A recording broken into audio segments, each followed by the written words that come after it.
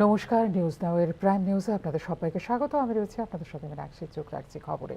রাজ্যে গ্রামীণ অর্থনীতি বর্তমানে তুলনামূলকভাবে অনেকটাই ভালো। 50,000 সেলফ হেল্প গ্রুপ রয়েছে ত্রিপুরায়। ব্যাংকগুলিকে দেওয়া হচ্ছে রিভলভিং ফান্ড। শুক্রবার পিএম বিশ্বকর্মা যোজনার অন্তর্গত প্রদর্শনী ও শিল্প মেলার আনুষ্ঠানিক উদ্বোধন করতে গিয়ে এমনটাই জানিয়েছেন মুখ্যমন্ত্রী ডাক্তার মানিক সাহা। ভারত সরকারের ক্ষুদ্র, লঘু ও মাঝারি শিল্পোদ্যোগ দপ্তর ও রাজ্য শিল্প ও বাণিজ্য দপ্তরের যৌথ উদ্যোগে আয়োজিত 3 দিনের এই মেলার আনুষ্ঠানিক উদ্বোধন হয় রবীন্দ্র শতবার্ষিকী ভবনে।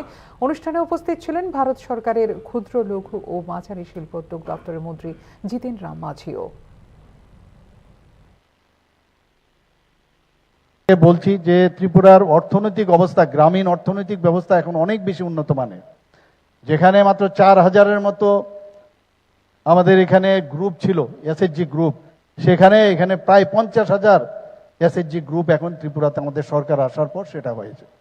বিভিন্ন জায়গায় আমরা যখন যাই আমরা দেখতে পাই যে গ্রামীণ অর্থনীতি এখন অনেক বেশি উন্নত মানের। ব্যাংকের থেকে রিভলভিং ফান্ড দেওয়া হচ্ছে, বিভিন্ন সরকারের বিভিন্ন স্কিম থেকেও তাদেরকে সাহায্যের হাত বাড়িয়ে দেওয়া হয়েছে। আগামী মাসে দিল্লিতে সীমান্ত নিয়ে অনুষ্ঠিত হতে যাওয়া ভারত ও বাংলাদেশের মধ্যে ডিজি পর্যায়ের আলোচনা স্থগিত করা হয়েছে। বর্ডার সিকিউরিটি ফোর্স বা বিএসএফ এবং বর্ডার গার্ড বাংলাদেশ বা বিজিবির মহানির্দেশকদের নেতৃত্বে দ্বিবার্ষিক আলোচনা 18 থেকে 22 নভেম্বর অনুষ্ঠিত হওয়ার কথা ছিল রাজধানী দিল্লিতে। শেখ হাসিনা সরকারের পতনের পর প্রথমবারের মতো অনুষ্ঠিত হবার কথা ছিল এই বৈঠক। তবে অনিবার্য কারণে এই বৈঠক আপাতত স্থগিত বলে জানিয়েছে বাংলাদেশ। সামগ্রিকভাবে ভারত বাংলাদেশ সীমান্তে পরিস্থিতি নিয়ন্ত্রণে রয়েছে। বাংলাদেশে 5 আগস্টের ঘটনার পর আমাদের প্রতিপক্ষের সাথে ভালো যোগাযোগ রয়েছে। যাই হোক, ফিল্ড ইউনিটগুলো সেই দিন থেকে সতর্ক মোডে রয়েছে বলে শুক্রবার জানিয়েছে ভারতীয় সীমান্তরক্ষী বাহিনী। বাংলাদেশের সাথে 4,096 কিলোমিটার দীর্ঘ একটি সীমান্ত রয়েছে ভারতের।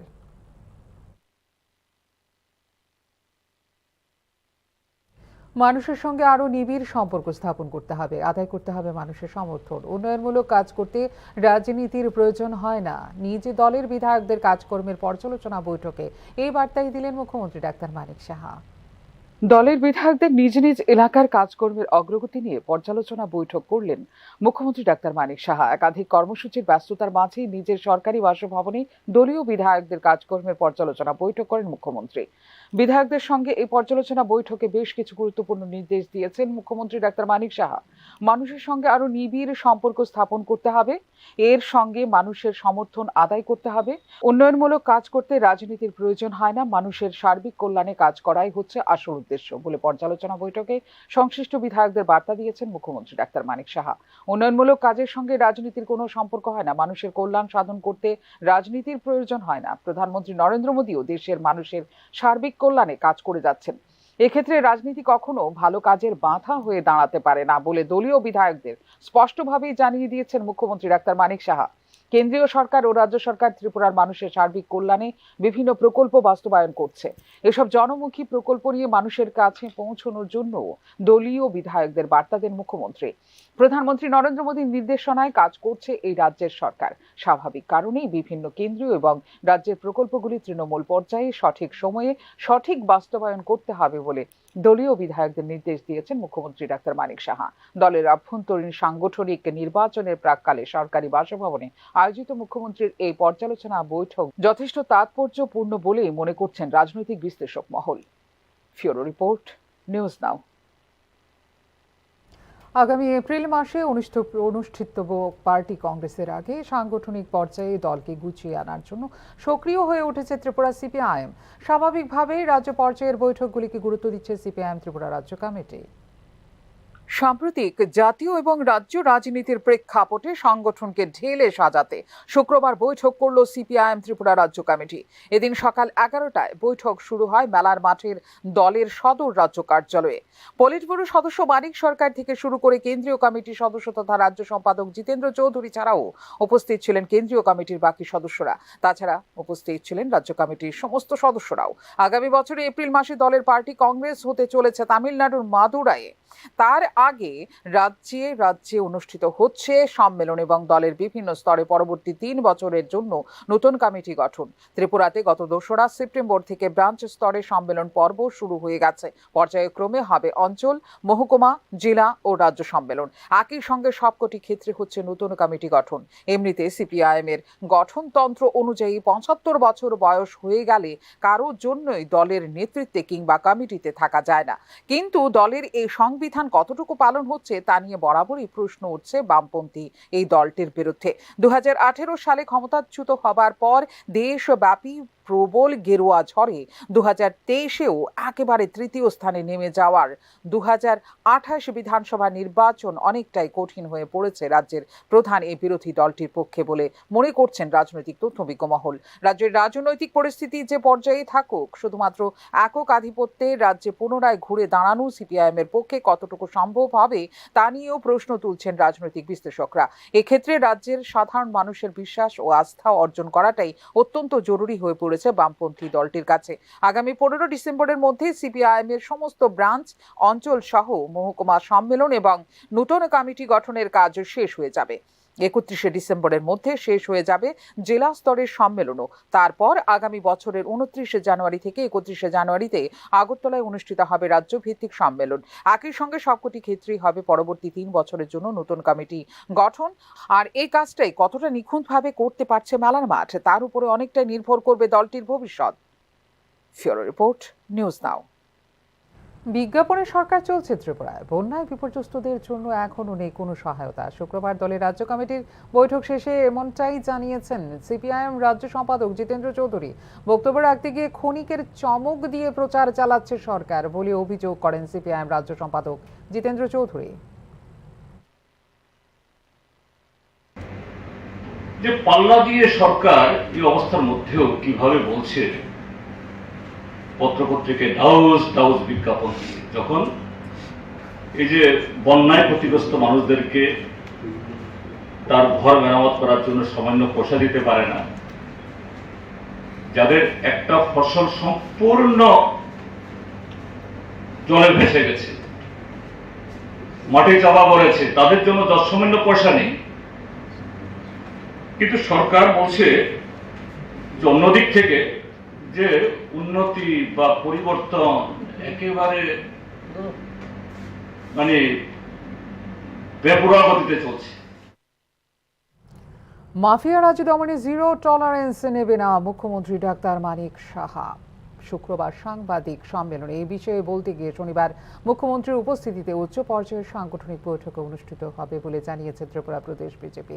সভ্যপদ সংগ্রহ অভিযানের ক্ষেত্রে রাজ্যে এখনো পর্যন্ত প্রায় 9.5 লক্ষ সভ্য নথিভুক্ত হয়েছেন বলেও জানিয়েছে ত্রিপুরা প্রদেশ বিজেপি।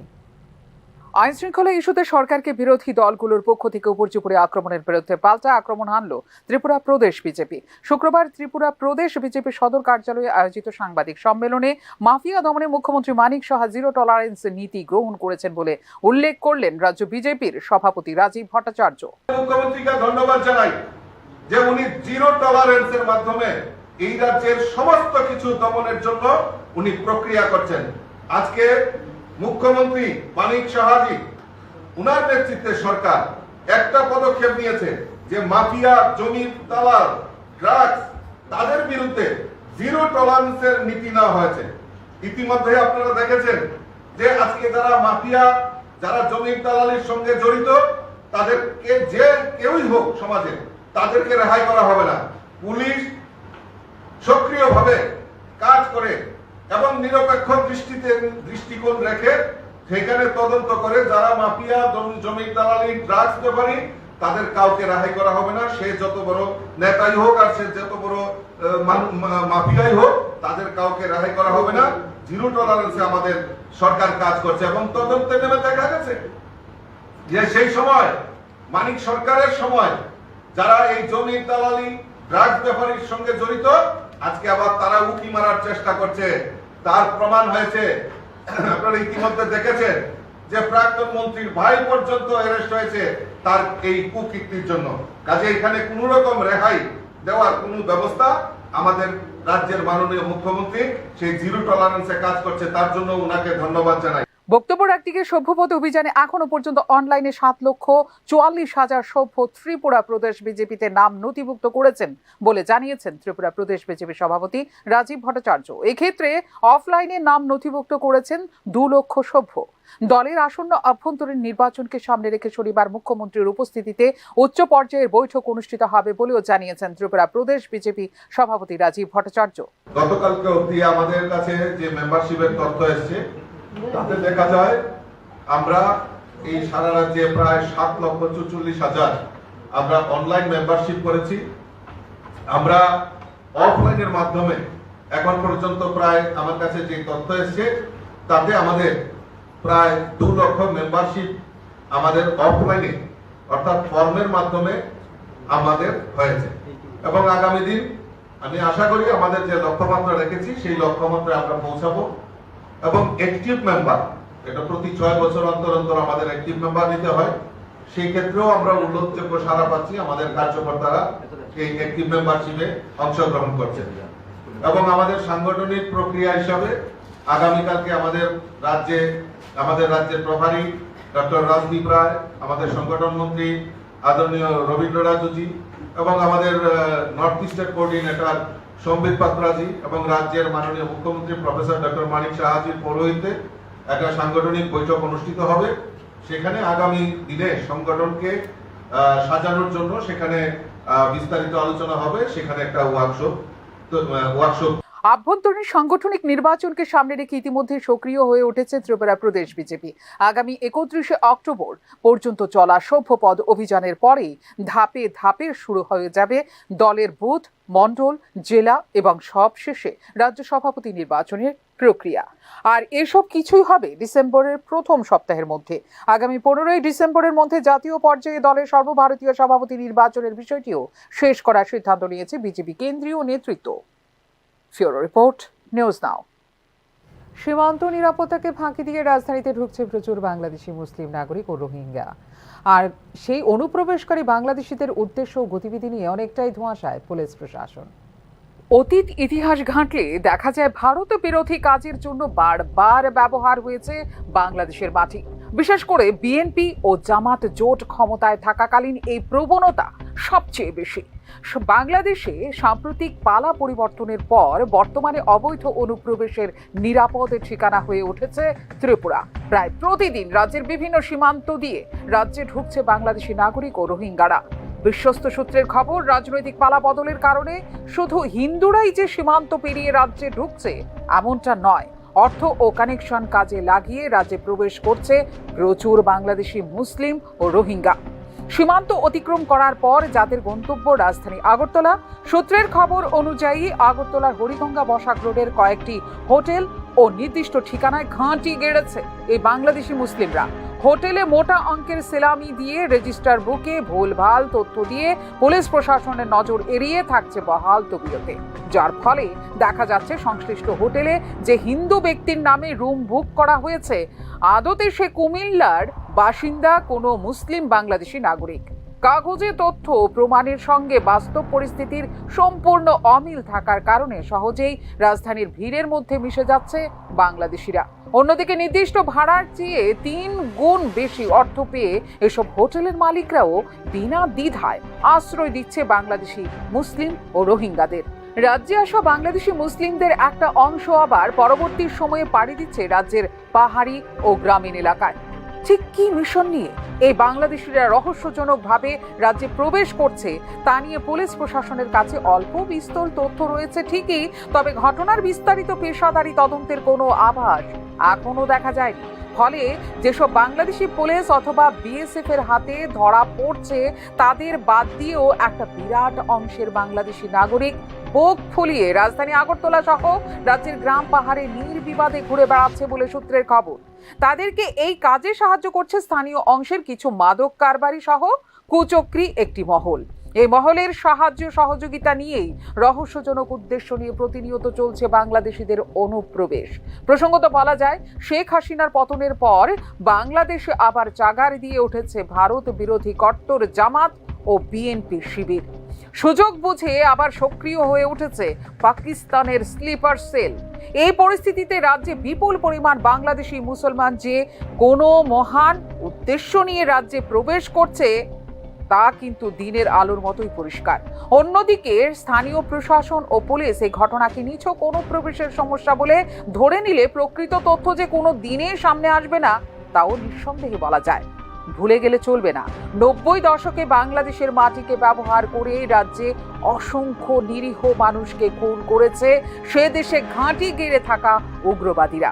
যে কাজে তাদেরকে নীরব ও সরব সমর্থন জুগিয়ে গেছে বাংলাদেশের তদানীন্তন বিএনপি জামাত সরকার। রাজধানীতে পুলিশি তদন্তের গতি প্রকৃতি অনেকটা রুটিন নির্ভর। ফলে কোন হোটেলে অথবা কোন গোপন ঠিকানায় কোনো ভিন দেশের কট্টর মৌলবাদী আস্তানা গেড়ে বসে আছে সে সত্য প্রায় সময়েই রুটিন টহলের আড়ালে চাপা পড়ে যায়। সন্দেহভাজন হোটেলে অথবা ঠিকানার পুঙ্খানুপুঙ্খ তল্লাশি পুলিশের প্রাইম কর্তব্য হলেও এক্ষেত্রে আগরতলার পুলিশের ভূমিকা ধরি মাছ না ছুঁই পানি গোছে। ফলে কামান চৌমুহনী অথবা বটতলার মোড়ে দাঁড়িয়ে আপাত সাধারণ যে লোকটি সবার সঙ্গে বসে চা খাচ্ছে সে বাংলাদেশের কোনো জঙ্গি সংগঠনের সদস্য কিনা তা জানা কোনোদিনই সম্ভব হয় না। শেখ হাসিনার পদত্যাগের পর যে সমস্ত হিন্দু পরিবার রাজ্যে অনুপ্রবেশ করেছে তার পেছনে মূল কারণ সে দেশের রাজনৈতিক অস্থিরতা ও নিরাপত্তাহীনতা। তবে এ সময়েই যে বিপুল পরিমাণ মুসলিম অংশের মানুষ বাংলাদেশ থেকে রাজ্যে ঢুকে বিভিন্ন প্রান্তে ছড়িয়ে পড়ছে তার পেছনে আসল রহস্য ও উদ্দেশ্য কি তা খুঁজে দেখে বিস্তৃত তদন্ত করার দায়ভার পুলিশ ও রাজ্য প্রশাসনের। অনুপ্রবেশের আঁতুর ঘর হিসেবে রাজ্যের পরিচিতি ঠেকাতে কবে নাগাদ এই তদন্ত শুরু হবে সেটাই এখন মূল প্রশ্ন। ফিওরো রিপোর্ট, নিউজ নাও। আইজিএম হাসপাতালে বিদ্যুতের অপচয় খেসারত দিচ্ছে সাধারণ মানুষ। বিদ্যুৎ অপচয় কথাটি শুনলেই যেন বড় অঙ্কের একটা বিল চোখে ভেসে ওঠে।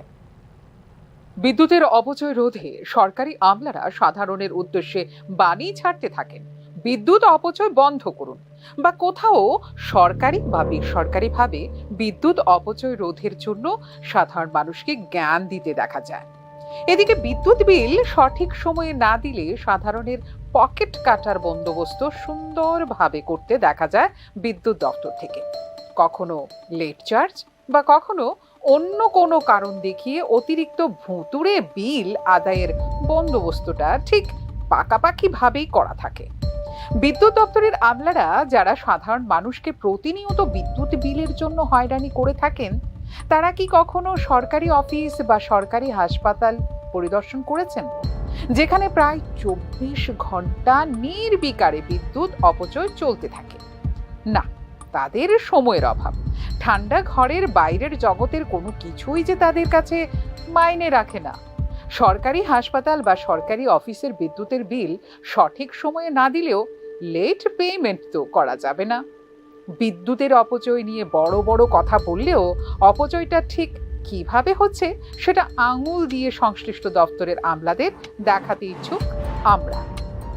শহরের বুকে আইজিএম হাসপাতাল, বিদ্যুৎ অপচয়ের সঠিক চিত্র, যেখানে নেই কোনো ডাক্তার বা কোনো লোকজন, কিন্তু নির্বিকারে প্রায় 24 ঘন্টা লাইট জ্বলছে, ফ্যান চলছে। নিরাপত্তার দায়িত্বে থাকা নিরাপত্তারক্ষীরা ব্যস্ত মোবাইল বিনোদনে। যাদের হাতে এই হাসপাতালে দায়িত্ব দেওয়া তারা শুধু দায়িত্বই হাতে নিয়েছেন, তবে দায়িত্ব পালন করতে রাজি নন। এখন প্রশ্ন হলো, যেভাবে সরকারি হাসপাতাল বা অফিসে বিদ্যুৎ অপচয় হচ্ছে তার খেসারত কে দেবে?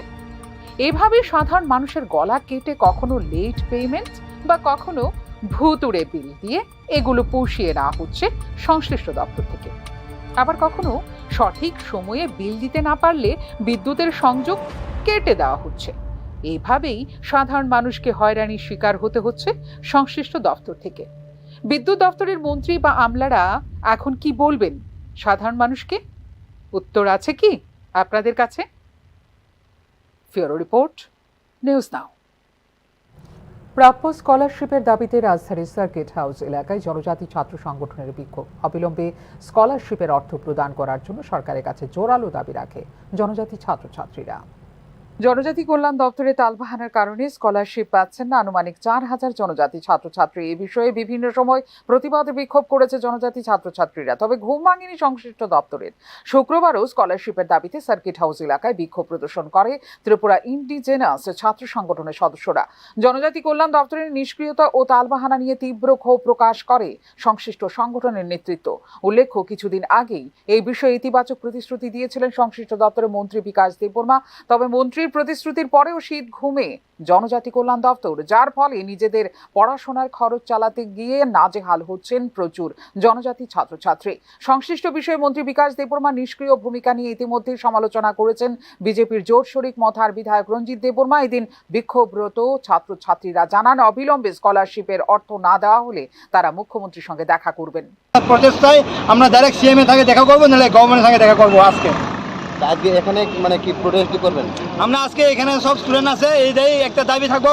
রাজ্য সরকারের জনজাতি উন্নয়নমুখী নীতির বিপরীত স্কলারশিপের অর্থ নিয়ে সংশ্লিষ্ট দপ্তরের তালবাহানা ও গড়িমসি ভূমিকার ফলে কার্যত নাজেহাল জনজাতিরাই, যাদের মধ্যে প্রান্তিক অংশের ছাত্রছাত্রী সবচেয়ে বেশি। অন্যদিকে প্রতিশ্রুতি দিয়েও এখন নীরব হয়ে বসে আছেন জনজাতি কল্যাণ মন্ত্রী Bikash Debbarma. Bureau report, news now. রাজ্যভিত্তিক যুব উৎসবের প্রস্তুতি সভা অনুষ্ঠিত হয়েছে ঊনকোটি জেলার কৈলাসহরের সার্কিট হাউসে। এই যুব উৎসবের প্রস্তুতি সভায় উপস্থিত ছিলেন মন্ত্রী টিঙ্কু রায় সহ যুব ক্রীড়া দপ্তরের সচিব প্রদীপ কুমার চক্রবর্তী, ঊনকোটি জেলা পরিষদের সভাধিপতি অমলেন্দু দাস, ঊনকোটি জেলা শাসক দিলীপ কুমার চাকমা, কৈলাসহর পৌর পরিষদের চেয়ারপারসন চপলা রানী দেব রায় সহ বিশিষ্ট ব্যক্তিবর্গরা। নম্বরের মতো হবে রাজ্যভিত্তিক যুব উৎসব ঊনকোটি জেলায়, অর্থাৎ কোনো জেলাতে এত বড় যুব উৎসব এটা ফার্স্ট টাইম হবে আমাদের রাজ্যে। আমরা করছি কারণ এবার আমাদের সম্ভাবনা রয়েছে 12 জানুয়ারিতে যেটা রাষ্ট্রীয় যুব উৎসব হয়, এটা এবার আমরা ত্রিপুরাতে করব। জঙ্গলে সবজি সংগ্রহ করতে গিয়ে রহস্যজনকভাবে গুলিবিদ্ধ হয়ে মৃত্যু এক যুবকের। মৃত যুবকের নাম আত্রিরাইডিয়াং, বয়স আনুমানিক 38। জানা গেছে, এদিন দশদা কাঞ্চনপুর হাঁসাপাড়া এলাকায় জঙ্গলে সবজি সংগ্রহ করতে গেলে গুলিবিদ্ধ হন আত্রিরাইডিয়াং। তাকে গুরুতর আহত অবস্থায় আনা হয় জিবি হাসপাতালে। সেখানে তাকে মৃত বলে ঘোষণা করেন হাসপাতালে কর্তব্যরত চিকিৎসক। তবে কে বা কারা এই যুবককে গুলি করেছে সেই বিষয়ে কিছুই জানতে পারেননি আত্রিরাইডিয়াং এর পরিবার পরিজনেরা। ফলে যুবকের মৃত্যুর ঘটনায় সৃষ্টি হয়েছে ব্যাপক রহস্য। কি হয়েছে ঘটনাকাল? জঙ্গলে সবজি তুলতে এবার গেছে বলে একটা শুনছি আমি তো করি নাই। কি গুলি করছে? এখানে একটা কিতা হইব, কোনখানে করছে গুলি? জঙ্গলে মনে হয়। নিয়ে নিচ্ছে ছোট্ট বিরতি, সঙ্গে থাকুন। আপনি দেখছেন নিউজ নাও, আমরা জানি কোনটা খবর।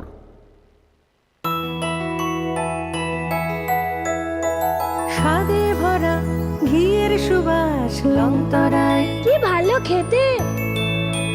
শুদ্ধ ঘিয়ের আবেশ ভরা লংতরায়, অপূর্ব সুগন্ধ, পুষ্টি ভরা ঘিয়ের খাবার, কাওয়া ঘি প্রিয় সবার লংতরায়। একেই বলে বিশুদ্ধ ঘি।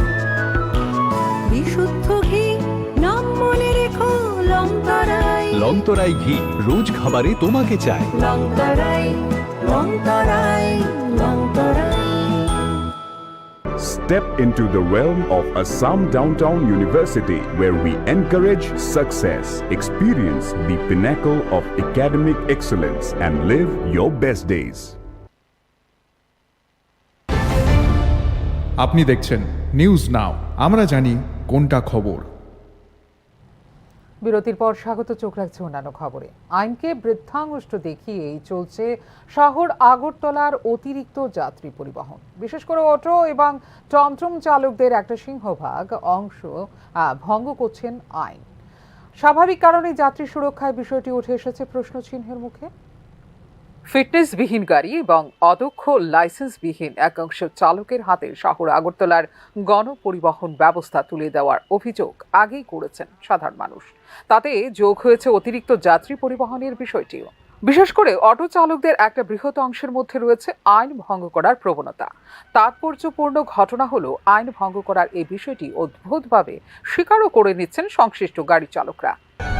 তিনজন আপনি কত নিয়েছে তাও সামনে নাম বলে কে লয়ে লেছে আর কি তো 4জন 5জন কিভাবে লইছেন না না আরে আমতুলি যাবেন দেখে কি 5জন লইবেন আপনি 3জন তো আপনি 4জন লইছেন কিভাবে কইছি আমরা অনেক দ্রুত গাড়ি কাটা এলিয়া কোনো যান দুর্ঘটনা হলে তারপর কি করবেন আপনি পারমিশন আছে না না পারমিশন কি আছে অটো লইতে 4জন কিভাবে লইতেছেন হ্যাঁ না 3জন করে তো আপনি কিভাবে 4জন লইবেন যদি কোনো দুর্ঘটনা হয় না যদি কোনো দুর্ঘটনা হয় তাহলে কি করবেন আপনি?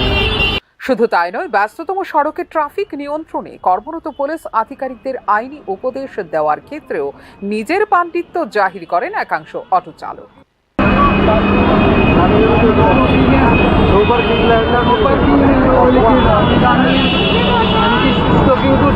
আমি তো রানিং এর মধ্যে আছি, রানিং এর মধ্যে থাকলে কি মানুষ উঠতে পারতো না? মানুষ উঠতে পারবো রানিং এ? হ্যাঁ রানিং এর মধ্যে উঠতে পারবো। এখানে বাস স্টপ আছে না, এই দেখেন বটতলা বাজার বাস স্টপ, হ্যাঁ ওই দেখেন বাস স্টপ, দেখেন বাস স্টপ।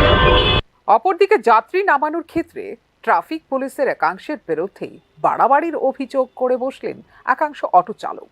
কোনো কানে দাঁড়ানোর জায়গা নাই, ট্রাফিকে এত উৎপাত করতেছে, মানে যেন যায় এনে এসে দাঁড়াইলে তোমার দূরাই দে তো প্যাসেঞ্জার নামামু কোন? রাজ্যে গণপরিবহনে ট্রাফিক ম্যানেজমেন্টের অভাবে সম্পূর্ণ ব্যবস্থাটি নিয়ে বরাবরই প্রশ্ন চিহ্নের সামনে রাজ্য প্রশাসন। তার উপর যদি তাকে আইন ভঙ্গ করার প্রবণতা, তবে তা কোনোভাবেই নিরাপদ হতে পারে না যাত্রী পরিবহনের সুষ্ঠু ব্যবস্থাপনায়। স্বাভাবিক কারণে এই ক্ষেত্রে বিশেষ কার্যকরী পরিকল্পনা নিতে হবে রাজ্য প্রশাসনকে। ফিউরো রিপোর্ট, নিউজ নাও। সুদূর ভুটান থেকে প্রতি বছর আগরতলায় শীত ও বস্ত্রের হরেক রকম পসরা নিয়ে হাজির থাকেন ভুটিয়ারা। এবছরও এসেছেন তারা।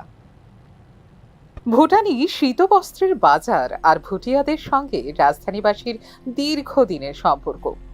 ভুটিয়াদের তৈরি গরম কাপড়ের উমের সঙ্গে লতা পাতায় জড়ানো অনেক প্রবীণের সুমধুর শৈশব স্মৃতি।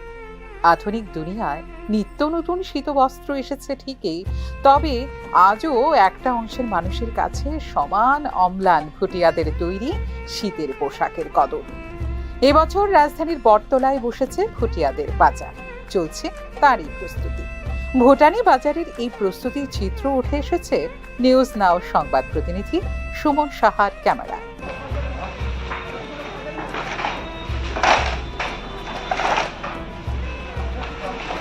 পয়লা নভেম্বর থেকে বাজার শুরু হবে বলে জানিয়েছেন ভুটানি বাজারের ব্যবসায়ী সনম ভুটিয়া।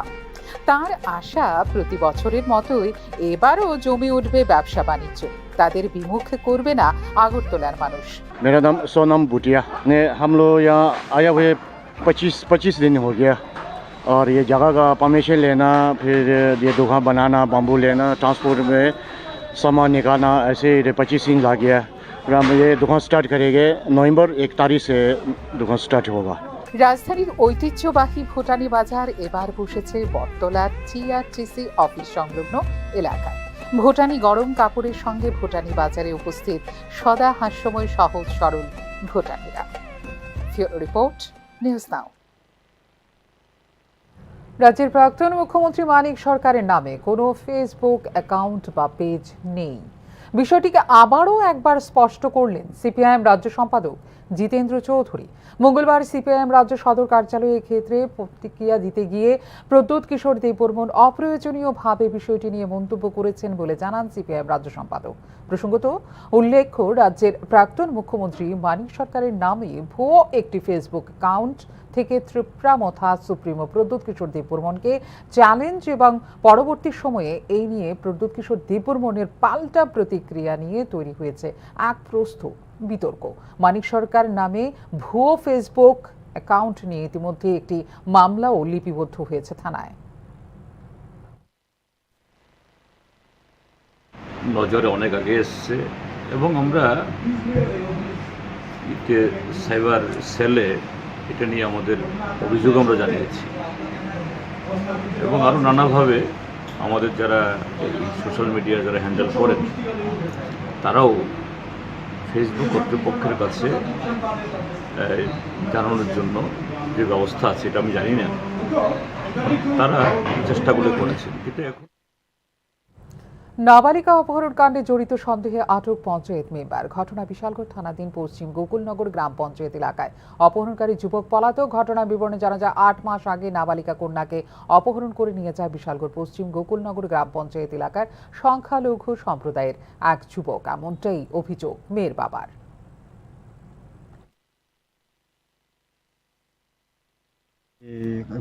স্কুলে খেলতে আসবে কয়ে সেটা আমার লুয়ে পড়ছে করে সেটা কে আনছে?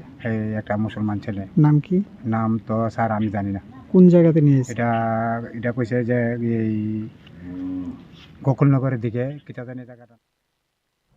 শুক্রবার রাজ্য প্রাণী সম্পদ বিকাশ দপ্তরে ২১তম পশুপালন সেন্সাসের আনুষ্ঠানিক উদ্বোধন হয়। এই অনুষ্ঠানে অন্যান্যদের মধ্যে উপস্থিত ছিলেন দপ্তরের অধিকর্তা নীরজ কুমার চঞ্চল সহ দপ্তরের বিভিন্ন আধিকারিকরা। উদ্বোধনী অনুষ্ঠানে বক্তব্য রাখতে গিয়ে নীরজ কুমার চঞ্চল জানান, ২৫শে অক্টোবর ২০২৪ থেকে ২৮শে ফেব্রুয়ারি ২০২৫ পর্যন্ত ৪ মাস যাবত এই পশুপালন সেন্সাস চলতে থাকবে আর জেলা স্তরে বিভিন্ন লোক নিয়োগের মাধ্যমে এই কাজ সম্পন্ন করা হবে।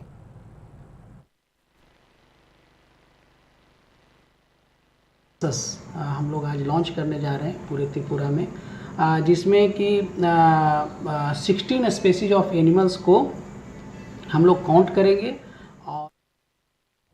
চোরাই কাঠ বোঝায় একটি গাড়ি দুর্ঘটনার কবলে পড়ে।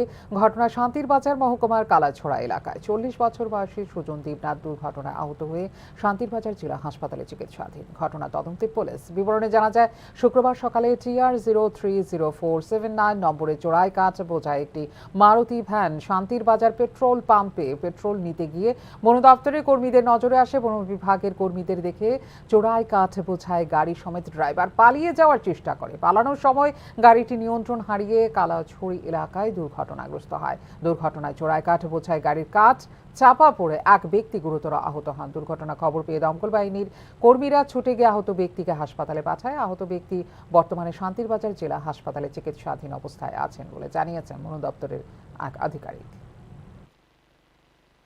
আইসি তেল ঢোকাইবার লাগে গাড়িতে সকালবেলা মানে এখানে আইসি তেলটা ঢোকাম, আমরা ডিউটি করছি সকালবেলা। এর আগে এরপর হঠাৎ আমরা সব চোখের সামনে ক্রস হয়ে গাড়িটা যাইতেছে। দেখার পরে আমরা গাড়িটা পিছিয়ে দেওয়া করছি, পরে এই রাস্তা দিয়ে গেছে। এখন খেলার খবর। শক্তিশালী মুম্বাইয়ের বিরুদ্ধে অনেকটা আত্মবিশ্বাস নিয়ে রঞ্জি ট্রফির তৃতীয় ম্যাচে ঘরের মাঠে খেলতে নামবে ত্রিপুরা। শনিবার থেকে মহারাজা বীর বিক্রম স্টেডিয়ামে শুরু হবে এই ম্যাচ। শেষ ম্যাচে মেঘালয়ের বিপক্ষে ইনিংস ও ১৭ রানে জয়ের পর অনেকটা আত্মবিশ্বাস নিয়ে শক্তিশালী মুম্বাইয়ের বিরুদ্ধে রঞ্জি ট্রফির তৃতীয় ম্যাচে ঘরের মাঠে খেলতে নামবে ত্রিপুরা। শনিবার থেকে মহারাজা বীর বিক্রম স্টেডিয়ামে শুরু হবে এই ম্যাচ। অধিনায়ক মনদীপ সিং এর নেতৃত্বে শক্তিশালী মুম্বাই দলের বিরুদ্ধে কঠিন চ্যালেঞ্জ ছুড়ে দিতে বদ্ধপরিকর ত্রিপুরা।